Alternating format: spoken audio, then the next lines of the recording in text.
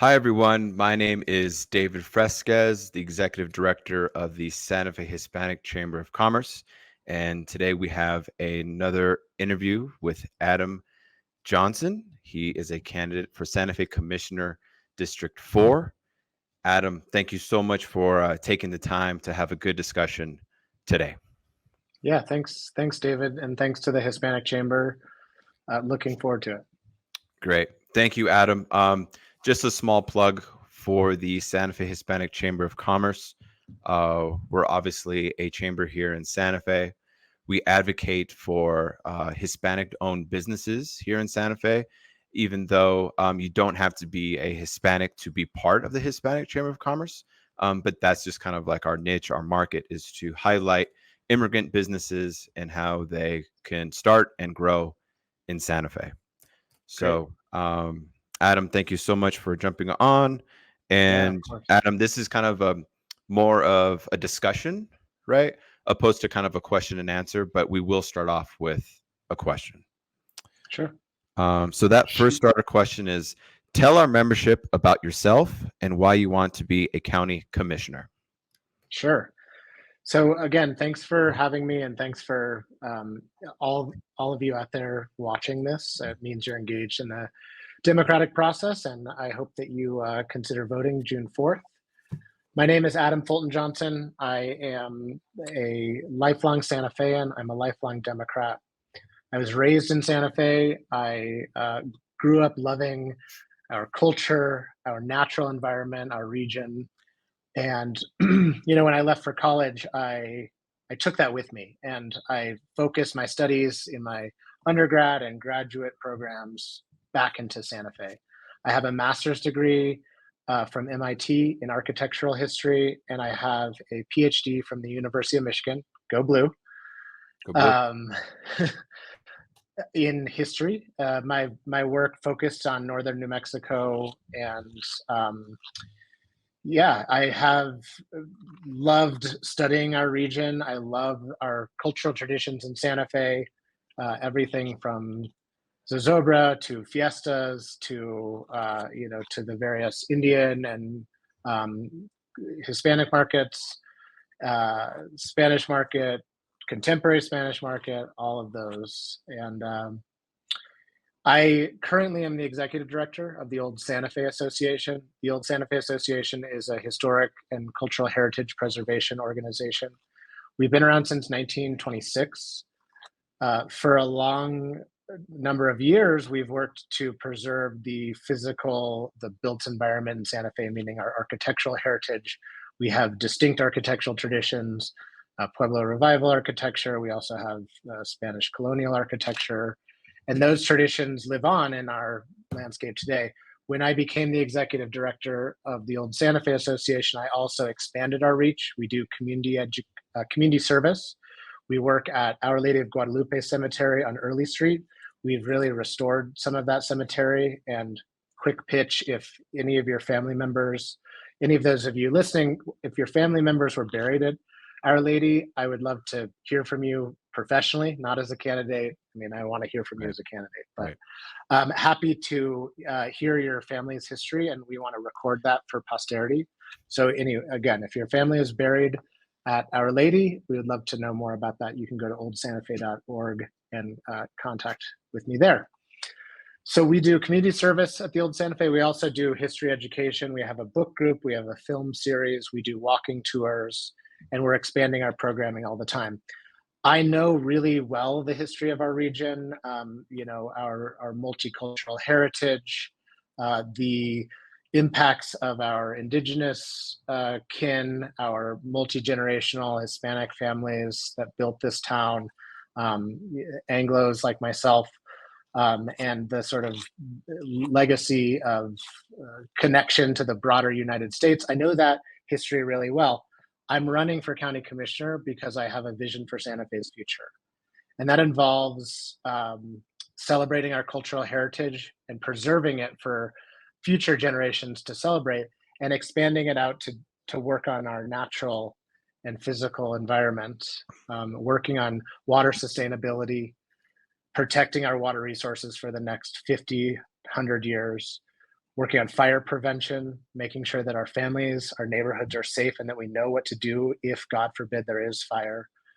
Working on green spaces, open spaces, access to trails, to these amazing resources that we have around us in the Caja del Rio, in the Sangre de Cristos, in the Galisteo Basin, making sure that we have open space that's equitable, that's distributed across the city, that isn't just on the east side or on the north side, but is accessible to every person in Santa Fe.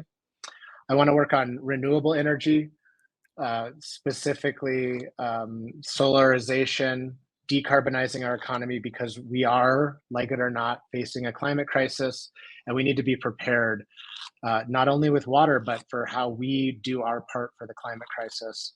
And then finally, I'm running to protect the spirit of Santa Fe. I talked a lot already about cultural heritage preservation. That's extremely important. But what does that mean? That means we need affordable housing for our locals. We need legal aid for multi-generational families that when inheritances happen, we can transfer properties seamlessly and without bureaucracy getting in the way.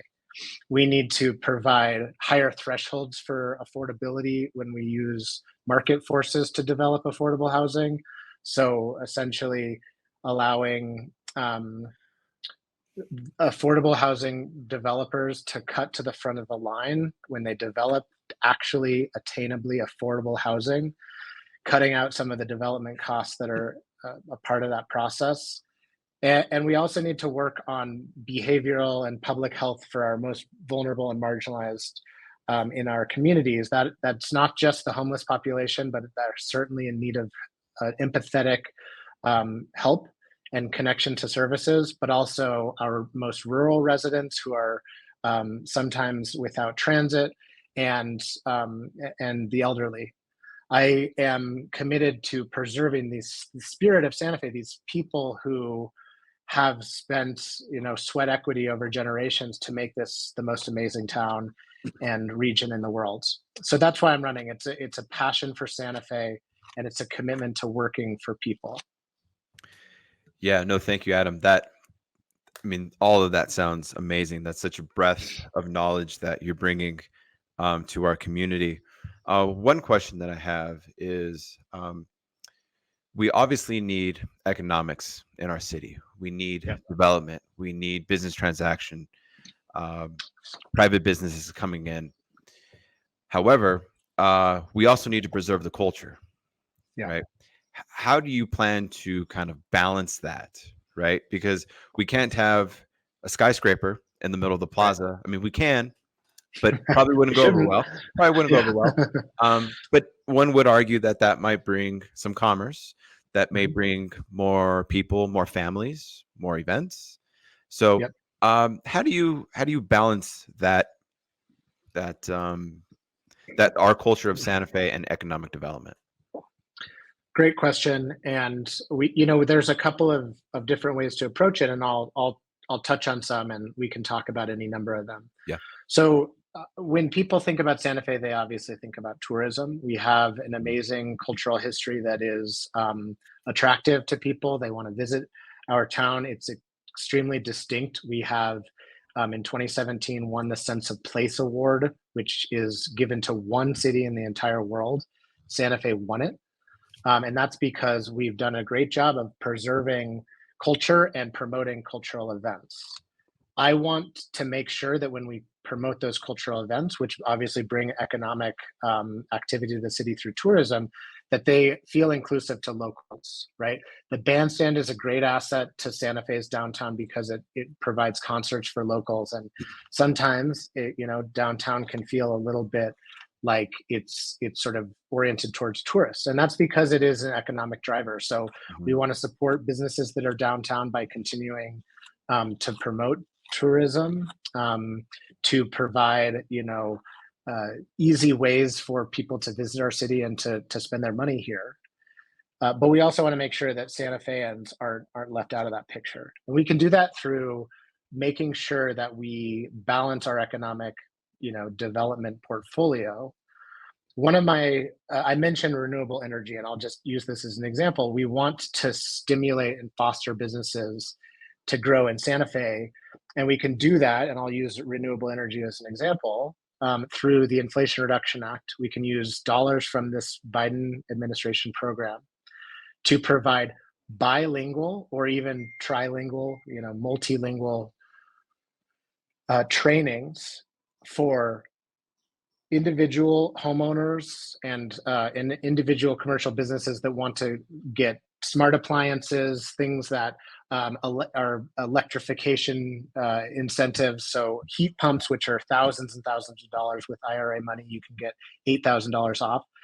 And we want to make sure that, first of all, consumers know that these are available. Second, we want to make sure that the people who install these appliances, the laborers, the technicians, the experts, are aware of and can most easily access those dollars to provide rebates for their customers, and so that commercial businesses, right, the business end of things, the management, also is aware of these. So if we have a bilingual training program for people to access electrification, new energy efficient appliances, we can sort of bridge the gap between the consumers and the commercial end. We're gonna bring much more money into Santa Fe's local economy because we're focusing on local businesses.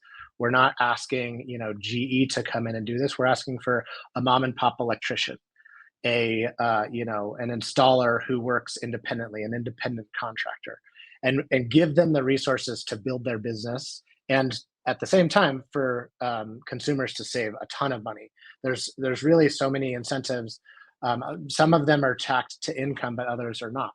So we want to make sure that we have a diverse economy that works. Not just tourism, right, but people who work in the building trades, right? We also want to be able to make sure that Santa Feans feel enabled to graduate high school here and start a business, or to become an electrician, a plumber, or on the other hand, to become an artist or to become a filmmaker, right? Unfortunately, we've lost the College of Santa Fe, but we can support economic development programs and education programs through the community college and also through independent trade schools, giving skills to high schoolers or to people who come back just out of college and want to develop an economic entity, a business in Santa Fe, want to start their own thing, want to join another outfit and need a little bit of job training. And the Santa Fe County as an entity can support that across the region. You've touched on it, and you can elaborate if you like. I have another question. Sure. Is how will you continue to enhance social equity through the development of our workforce? You kind of touched on it, but elaborate a little bit more if you like, or give another example. But thank you. Yeah. So let me just underscore. Thank you. That's a super important question, because doing right by our workers is essential. Yep. Making sure that businesses are supported, but so are the workers, right? And so are the consumers. It's a continuum. It's not just, it can't be a lopsided equation. So with something like the bilingual training program to access Inflation Reduction Act dollars, you're supporting, multiple parts of the economic system, right? You have the businesses on the one hand and consumers on the other, and you're also helping laborers, installers, technicians, experts understand the technology that they're newly working with, and the incentive structures so that they can talk it up. I think that'll help sort of give new skills across the sort of social spectrum, and that produces equity. Another way, we need to consider the living wage in Santa Fe and what that is. That is set typically by the city, but the county has influence in how the living wage in the region is set. So we can help businesses provide better incentives for their laborers, their workers, and we can research what is the sort of area median income and how we can meet that, so that Santa Feans are working in Santa Fe, and it's not folks from Rio Rancho coming out of town to work because they can't afford a house in Santa Fe. And so a lot of that actually, as you might imagine, boils down to affordable housing. We need more workforce housing. We need some housing at the low end of the spectrum, meaning that's like extremely attainable and there's low barriers to access. But we also need missing middle housing. I have doctor friends and nurse friends who are unable to find a home to buy in Santa Fe. And it's not a matter of location. It's not a matter of it's of sort of like what it looks like, what it feels like. It's just like they can't even find a single thing on the market. So we need to make sure that we are providing part of that missing middle of housing. And one way to do that, and the county has a program, is Santa Fe has an amazing tradition of um, historic compounds and sort of low scale density in residential areas. So I'm knocking on doors on the, in parts of the historic east side, and you see that suddenly what you think is a single family home opens up into 7, 8, 9 apartments. And these are really hidden away. They fit into the landscape. They're not the scary kinds of density that you see in Phoenix or in Dallas when you think about density in apartments. They're really one-story apartment buildings that fit on a 1-acre lot.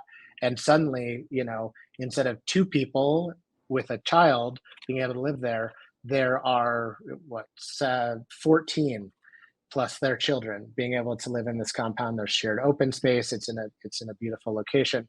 So we need to think more creatively about that, because sprawl is something that I think most Santa Feans are allergic to, right? We don't want to look like Rio Rancho. There are many good things about Rio Rancho, but Santa Fe is distinct, and we should keep it that way. So we want to think about flexing that sort of ability to model the historic development patterns in everywhere in town, so that we can give people new options for starter homes, right? For a 1,500 square foot house to start out with a couple with a baby. That's a perfect way to get a foothold in Santa Fe and to build equity through home ownership. And you were off at the University of Michigan, correct? Getting your PhD. Yep. And then you moved to Santa Fe. Is that right? Yes. Yeah. So why did you move back home? What was the purpose of that? So I moved back because it's actually kind of a sad story. I moved back because my father, who is a local child and adolescent psychiatrist for many years in Santa Fe, and a public facing one, working with the most marginalized people in our community Mhm. on behavioral health issues, he got cancer. Okay. He had Sorry to hear multiple that. no, thank you for Yeah. thank you. And Yeah. it is a horrible thing that comes randomly and you don't know how to deal with it. Yeah. It gives me great empathy for folks who have family members struggling with health issues, with cancer. I mean, cancer doesn't choose Mm-mm. based on how well you lived your life or how great you were as a person. It just happens. And so he had cancer.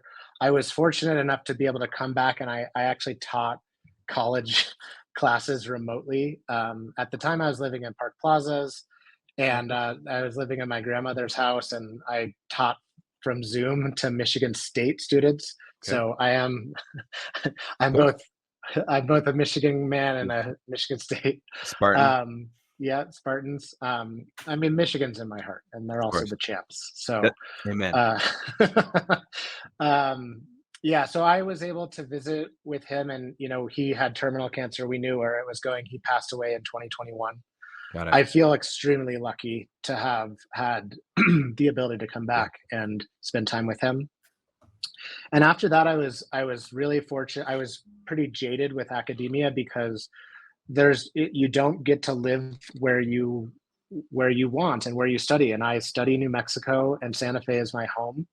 There's not, UNM, if they're not hiring the right position at the right time, you just don't end up here. So I decided to leave teaching college, and I was lucky enough to get the old Santa Fe Association position then, which was very serendipitous. Like, it was, I mean, I can't even tell you. Yeah. It's just sort of, it feels like the stars aligned for me, and so I'm very grateful to be able to live in Santa Fe to support my family. I have a kindergartner in Cool. Santa Fe public schools, Cool. to live in a beautiful town and celebrate our culture and our our natural environment. Yeah, no, that's an amazing story. I mean, it starts and ends with family always, right? I Absolutely, mean, that's the Santa Fe roots. I mean, it obviously is. that's kind of well, it's typically universal, but it's especially ingrained in like Santa Fe families that we really take care of each other.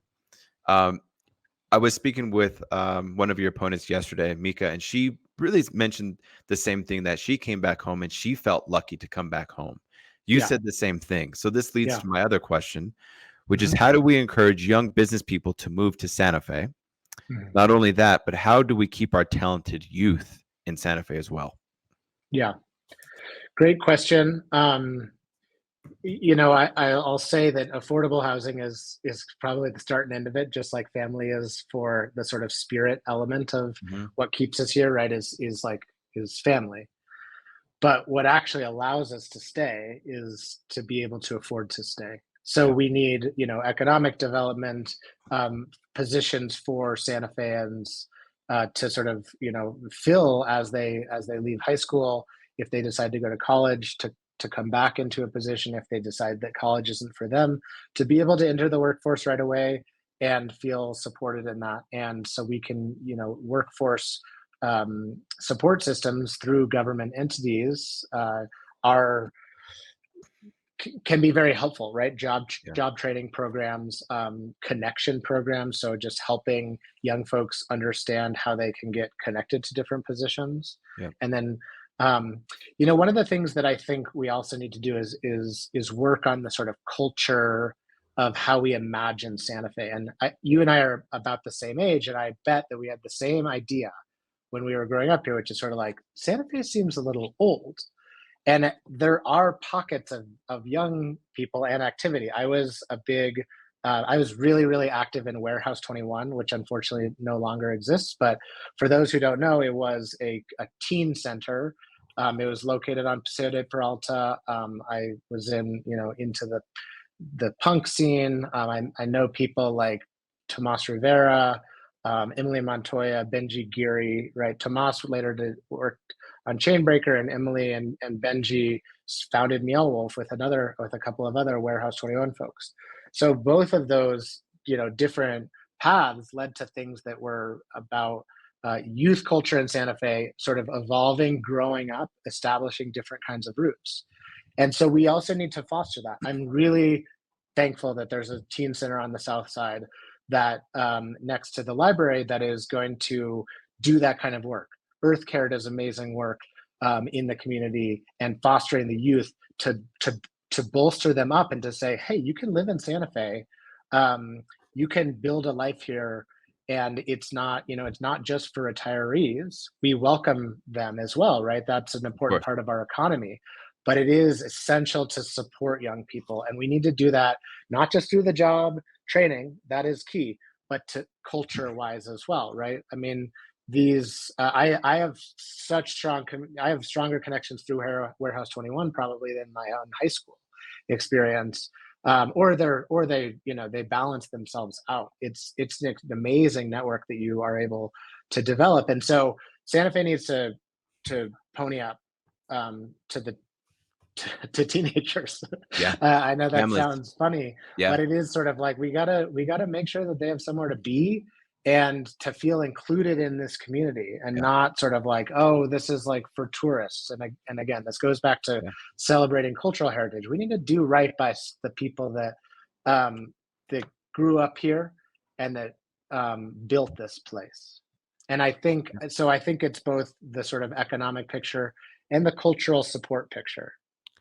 Yeah, those are great points. I forgot to mention this in the very beginning. Our Hispanic chamber puts on the 40 under 40 Business Leaders Awards. That's right. So that's exactly it. You're hitting on a lot of great points. That's what we were thinking about, right? Is how do we highlight the up and coming people who are going to Yeah. be the leaders for the next 20, 30 years. So And that's essential work. I yeah, know JP Granillo.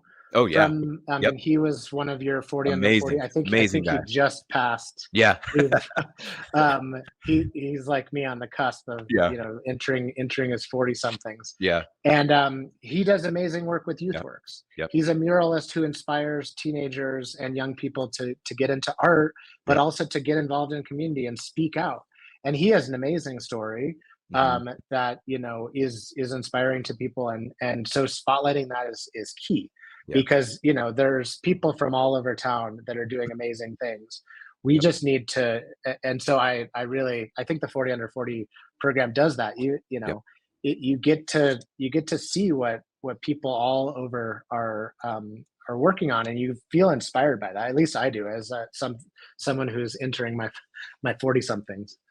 Yeah. Yeah. It's every September. And it's not only Santa Fe, but it's also northern New Mexico.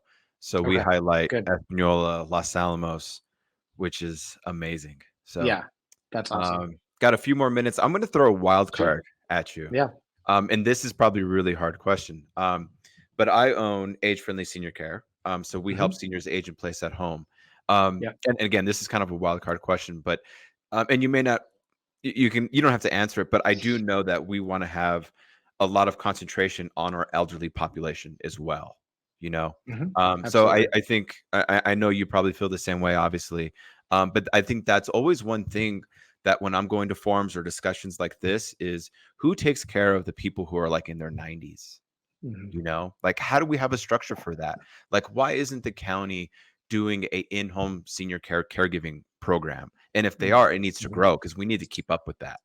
Right. So those are the Right. lot of things because you're touching on a lot of good points. The other candidates too of the spirit of Santa Fe and the spirit of Santa Fe is taking care of each other. And it's Yeah. also the teenagers, right? And you're saying, hey, Santa Fe, you got to pony up. But it's also now, leaders around the community is how do we help that 90-year-old age in place at home also, Right. right? So they Yeah. get a home in their or in their 20s and 30s, and they want to stay in Santa Fe for the rest of their Yeah. lives. But how do we keep that in place? So that's maybe a discussion Great for another question. day. No, But no, no. I think that's a great question, because yeah, it people should be allowed to age in place in their homes with dignity and respect. yeah, They have contributed so much to our society that, you know, giving it back, not just through Social Security and through Medicare, but through sort of honoring the generations that come before us, is essential. Right? We're a yeah, town built on its history, yep, so we can't forget about our elders when we celebrate yeah, ourselves, and yeah, when we pat ourselves on the back for having a great community. So Santa Fe County has a program called Connect, and hmm hmm and the very elderly people who are immobile hmm are qualify for some services under that program, that could provide transportation or connection to health resources. Um, I don't, to my knowledge, we don't, to my knowledge, have an in-home senior care program in the yeah, county currently, yeah, but I think that, especially because we're a rural space, yep, there's yep, actually there's some need for that, because it might actually be easier to have sort of circuits of NPs or RNs yeah, making their way around, you know, Stanley to yep, yep. Edgewood, south to Rowe, Cerritos, and then to through Cerritos, coming yep, back up, you know, into the sort of pockets.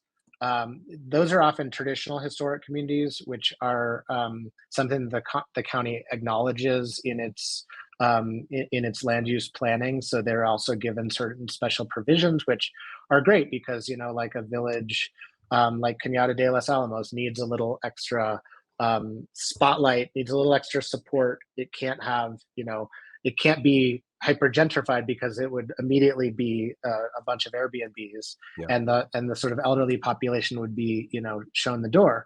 We need to make sure that we are giving um, the sort of the oldest among us, but and in some ways the wisest among us, but those who are also the least able to keep up with technology. yep, We need to keep them in mind, and so, you know, I'm committed to this sort of caregiving network that Santa Fe Connect provides, and so I can see a future where we do something like in-home senior care, yeah, or there are at least circuits that check in on those folks, because sometimes their family lives hundreds of miles away, Yep. and they have a landline, and they, are already experiencing some health issues.